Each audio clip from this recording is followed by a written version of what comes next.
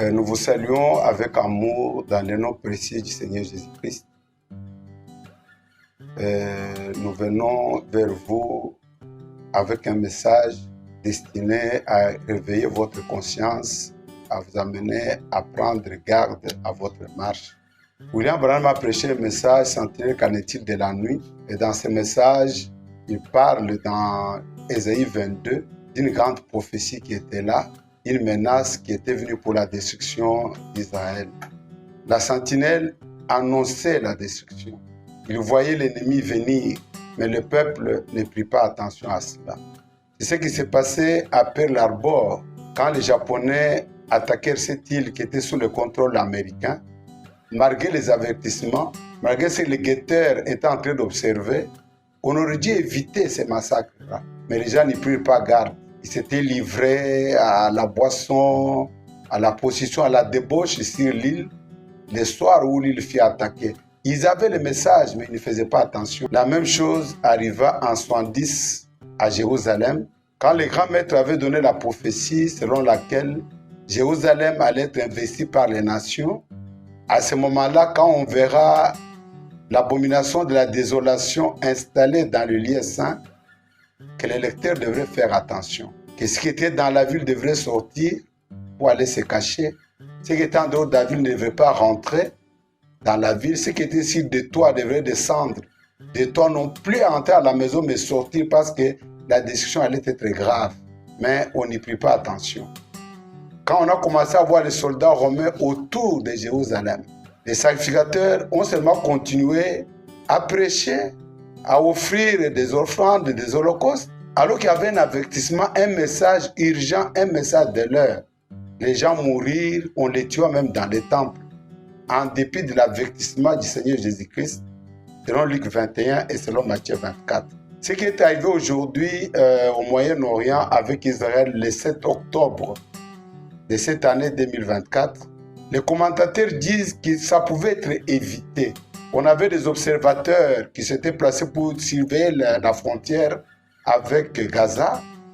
Ils ont remarqué des mouvements suspects, mais au lieu de prendre garde, ils ont négligé cela. On a averti, jusqu'à ce qu'il y ait la catastrophe qui est aujourd'hui à la base de cette guerre-là qui est au Moyen-Orient. C'est pour cela que, en tant que sentinelle, nous croyons qu'il est temps de vous mettre en garde afin que vous compreniez où sont en train d'aller les choses.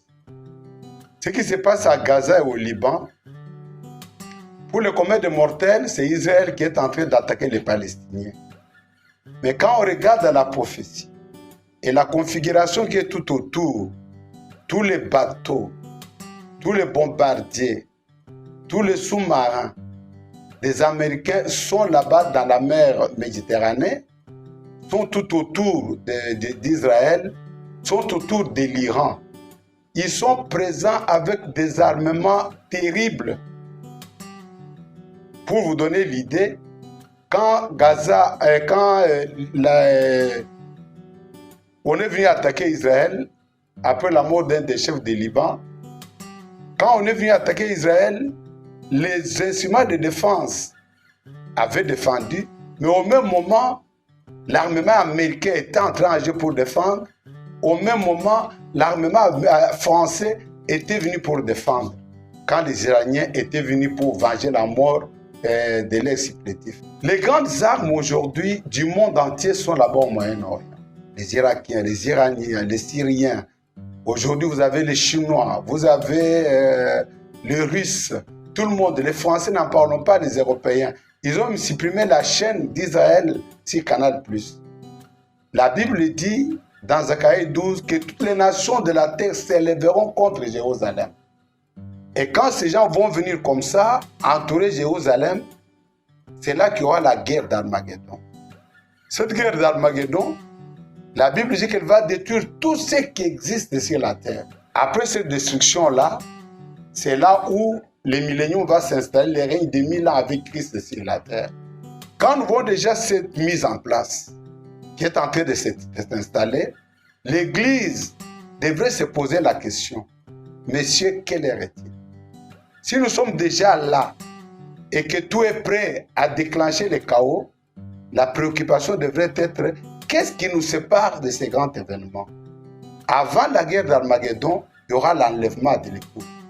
L'Église qui va être enlevée, Dieu la mettant à l'écart avant d'amener la destruction sur la terre. C'est à ce moment-là que Apocalypse 7 va s'accomplir, là où nous voyons les 4 anges qui étaient en train de garder les 4 coins de la terre avec des instruments de destruction qu'on avait arrêtés, ils vont être libérés. Mais avant leur libération, pour détruire la terre, il faudrait d'abord que l'Église soit enlevée. Quand l'Église est enlevée, c'est alors que les 2 oins d'Apocalypse 11 apparaissent en Israël. Et quand ils apparaissent en Israël, ils vont amener le scellement de 144 000 oins qui viendront par 12 000 par chaque tribu et ils seront là. C'est à ce moment-là que la tribulation, des peines, des fléaux vont frapper la terre. La Bible déclare que les gens vont chercher la mort sans la trouver. Les gens vont fuir l'argent parce que l'argent va brûler entre leurs mains. La mer va renvoyer les morts. Ça sera terrible. Cette terre est tellement proche que l'Église devrait seulement se réveiller. Ce qui se passe au Moyen-Orient, c'est un grand avertissement, selon la prophétie. Il n'y a pas que ça, il y a les mers qui se révoltent. Toutes sortes de tornades sont sur la mer. Il y a les canicules qui brûlent les sols. Le monde est mûr pour le jugement. Et selon 2 Pierre 3, le temps est arrivé pour que Dieu achève toutes choses. Mais dans son amour, il use de patience envers tous, ne voulant qu'aucun ne périsse, mais que tous arrivent à la repentance. Nous vous invitons, pendant cette semaine, à partir de cette semaine et les semaines qui vont suivre, alors que nous allons parler de la lumière sur le mystère de l'enlèvement de l'Église à la fin de l'âge apostolique, ici à Elohim Tabernacle, 6 avenue Bender, numéro 26 et 28. Beaucoup d'instructions seront données, beaucoup d'orientations. Si vous voulez échapper à la colère de Dieu, la porte est ouverte. Venez, soyez l'un de nous. Merci, que Dieu vous bénisse et que sa gloire vous enveloppe.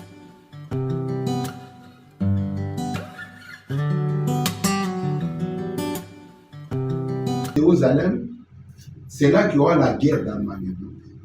Cette guerre d'Armageddon, la Bible dit